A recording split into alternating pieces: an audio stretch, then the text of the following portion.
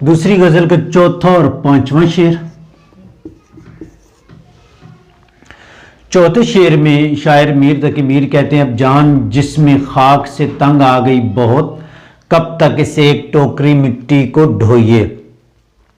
یہاں پہ جان سے مراد ہے روح، جسم خاک، ٹھیک ہو گیا، جو انسان کا خاک سے بنا ہوا جسم، خاک مٹی سے بنا ہوا جسم یعنی انسان کا آ گئی بہت، کب تک اسے ایک ٹوکری مٹی کو ڈھوئیے۔ شاعر نے یہاں پہ مثال دی ہے، چونکہ انسان کس سے بنا ہے؟ مٹی سے۔ شاعر نے اس شعر میں دو الگ، انسان کا جو جسم ہے یہ مٹی سے بنا ہے، انسان مٹی سے بنا ہوا ہے، اگر اس مٹی سے روح نکال دی جائے اس جسم سے تو وہ ایک مٹی کی ٹوکری رہ جائے گا۔ تو شاعر کہتا ہے کہ اب جان جسم خاک سے تنگ آ گئی بہت، یعنی شاعر کیا ہے؟ زندگی سے تنگ آ چکا ہے۔ کہتا ہے زندگی کے دکھ درد، یہ چیزیں میں ان کی میر تقی میر کی جو زندگی ہے وہ لکھ رہا ہوں، دکھ درد غم افسوس، ٹھیک ہو گیا، آگے اس سب کے ساتھ ایڈ کر لیں کا شاعر، اس کے بعد تصوف، ٹھیک ہو گیا، فقیر منش،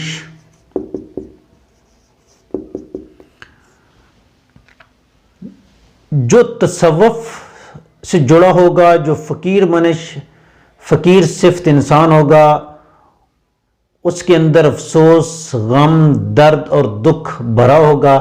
میر کو ان ساری خصوصیات کا شاعر قرار دیا جاتا ہے۔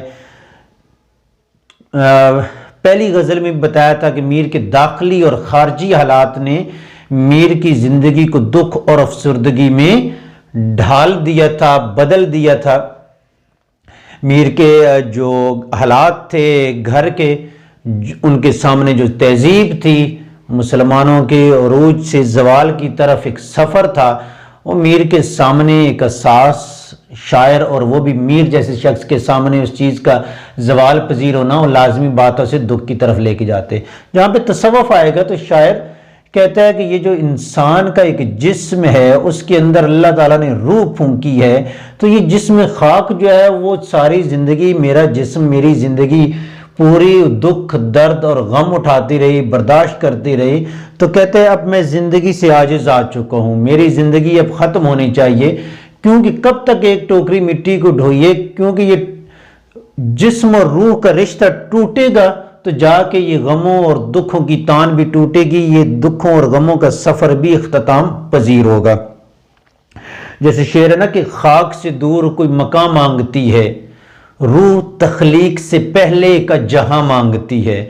تو یہ جو خاک ہے اس سے دور کوئی روح جو ہے وہ مکان مانگ رہی ہے، اور تخلیق سے پہلے یعنی مٹی بھی کہیں پہ موجود تھی اور روح بھی کسی نہ کسی حالت میں موجود تھی، اللہ تعالیٰ نے مٹی کے ایک پتلے میں جان ڈالی ہے۔ تو ٹھیک ہو گیا، تو شاعر دوسرے لفظ یہ ہر انسان کے، اب کسی بھی شاعر یا کسی بھی شعر کے آفاقی ہونے کی یہ علامت ہوتی ہے کہ جو شعر لکھا جائے اس شعر کو چاہے اس شاعر کے زمانے میں کوئی پڑھنے والا ہو یا بعد کے آنے والے کسی بھی زمانے کا کوئی بھی فرد جب وہ شعر پڑھے تو اسے لگے جیسے شاعر نے یہ شعر میرے لیے لکھا ہے، شاعر نے اس شعر میں میرے جذبات کی ترجمانی کی ہے۔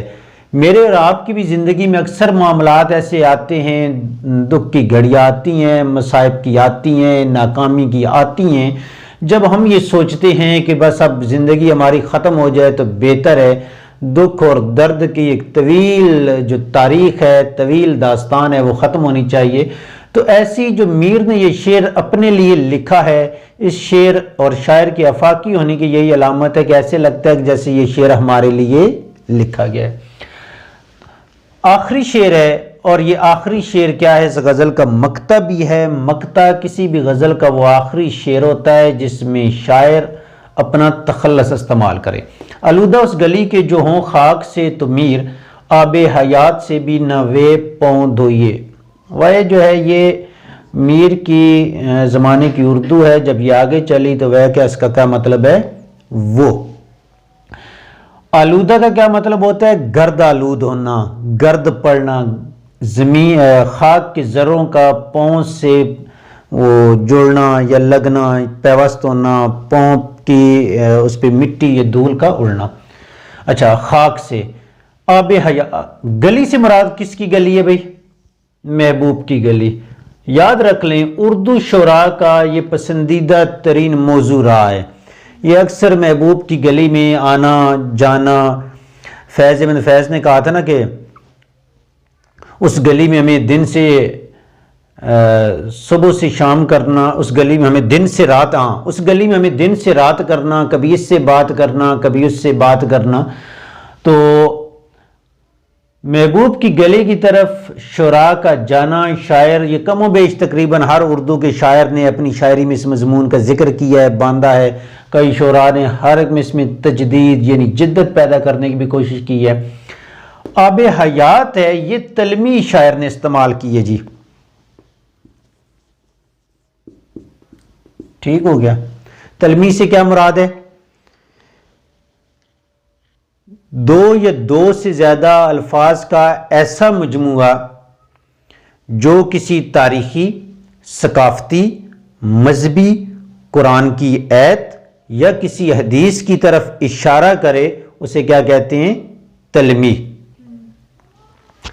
یہ اس پہ الگ لیکچر بھی میں نے دیا تھا۔ تلمی شاعر اپنے شعر میں مکمل واقعہ لکھنے کے بجائے صرف کیا کر دیتا ہے، وہ دو یا دو سے زیادہ الفاظ لکھ دیتا ہے، ٹھیک ہو گیا۔ جیسے احمد فراز کا شعر ہے، وہ شعر یوسف کنعان تھے جن کو بیچ دیا، ہمیں قلم کی کمائی کے بعد یاد آئے، ٹھیک ہو گیا۔ علامہ اقبال کا شعر ہے، بے خطر کود پڑا آتش نمرود میں عشق، عقل ہے محو تماشائے لبے بام ابھی۔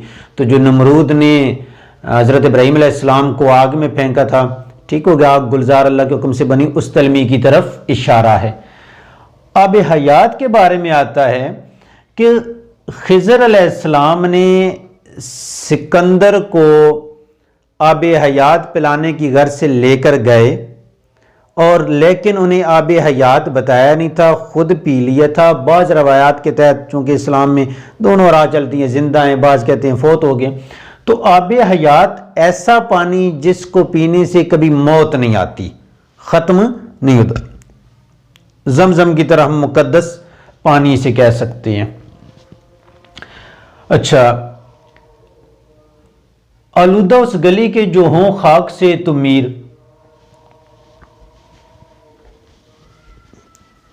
تھوڑی دیر جی آب حیات پہ بات ہو رہی تھی، تو یہ تلمی، آب حیات تلمی ہو گئی، جام جم ہو گیا، جمشید بادشاہ کا جو پیالہ تھا جس میں وہ پانی یا شراب پیا کرتا تھا، تو اسی طرح صبر ایوب ہو گیا، گریہ یعقوب ہو گیا، یہ ساری تلمیات ہیں۔ تو اب یہ اس واقعے کی طرف اشارہ ہے۔ واقعہ یاد رہے کہ خضر علیہ السلام سکندر اعظم کو لے کر گئے کہ میں تمہیں آب حیات تو وہ پلاؤں گا تاکہ تو ساری زندگی بادشاہت کرے اور مرے نہیں۔ تو وہاں پہ یہ کہتے ہیں کہ وہاں پہ اسے لے کر گیا تھا، لیکن خضر علیہ السلام اسے آب حیات سے ہمکنار نہیں کیا تھا، انہیں پلایا نہیں تھا، انہیں بتایا نہیں تھا۔ اب شاعر یہ کہتا ہے کہ اگر میں کبھی محبوب کی گلی میں جاؤں، اسے دیکھنے کے بہانے، اسے جھانکنے کے بہانے کہ کہیں پہ نظر آ جائے، تو اس محبوب کو دیکھنے کے لیے جب اس کی گلی سے میں گزروں، تو کہتے ہیں محبوب کا دیکھنا، نظر آنا، نہ آنا دور کی بات، شاعر کہتا ہے کہ اس گلی سے مجھے اتنی زیادہ محبت ہے۔ یہ یہاں پہ شاعر اپنی محبت کا اظہار بھی کرتا ہے، عشق کا اظہار کر رہا ہے۔ کہتا ہے کہ اس گلی میں جو میرے پاؤں کے ساتھ خاک لگے، مٹی کے ذرات لگیں پاؤں کے ساتھ، کہتا ہے کہ وہ مٹی اتنی مقدس ہے، اتنی میرے لیے اہمیت کی عامل ہے کہ میں اس مٹی کے ذرات کو، جو مٹی لگنے سے پاؤں گندے ہو گئے ہیں، آلودہ ہو گئے ہیں، گرد آلود ہو گئے ہیں، انہیں میں آب حیات کے پانی سے بھی نہ دھوں۔ اب ایک تو تشریح یہ ہے، دوسرا تشریح یہ ہے کہ جو امام احمد بن حنبل جب بھی مدینہ میں جایا کرتے تھے تو وہ ننگے پاؤں مدینہ کی گلیوں میں پھرتے تھے، یہ ان کی کیا تھی؟ ان سے محبت تھی سرکار سے۔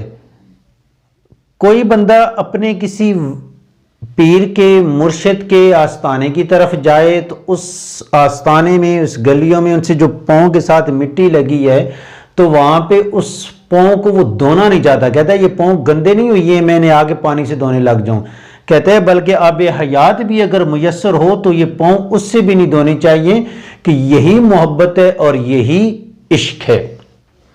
ٹھیک ہو گیا۔